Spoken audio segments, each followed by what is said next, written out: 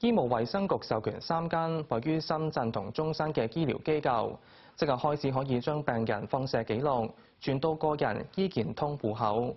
張俊熙喺深圳報導。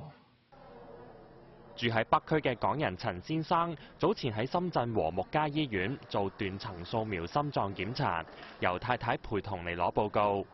以往嘅檢查報告都係實體，求診者見完醫生，往往都要帶住大沓嘅相同埋文件離開。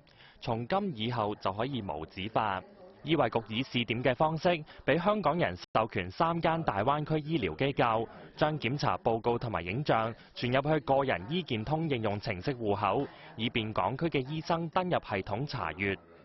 香港嘅醫生係要我自己自費去做一個檢查嘅。咁我如果喺呢度做完之後呢，咁我下一次翻去香港覆診嘅時候呢，就醫生可以喺醫健通嗰度淨睇到嗰個CT 嘅影像。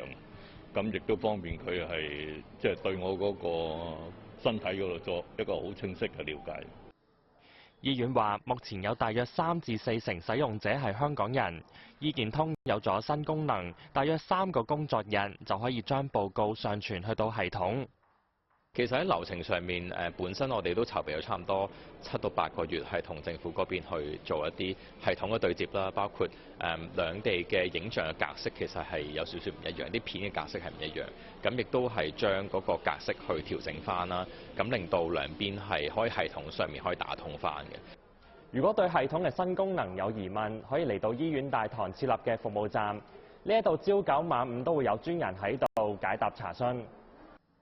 除咗和睦街醫院，試點機構仲包括港大深圳醫院同埋中山陳星海中西醫結合醫院，呢3間都係可以使用長者醫療券。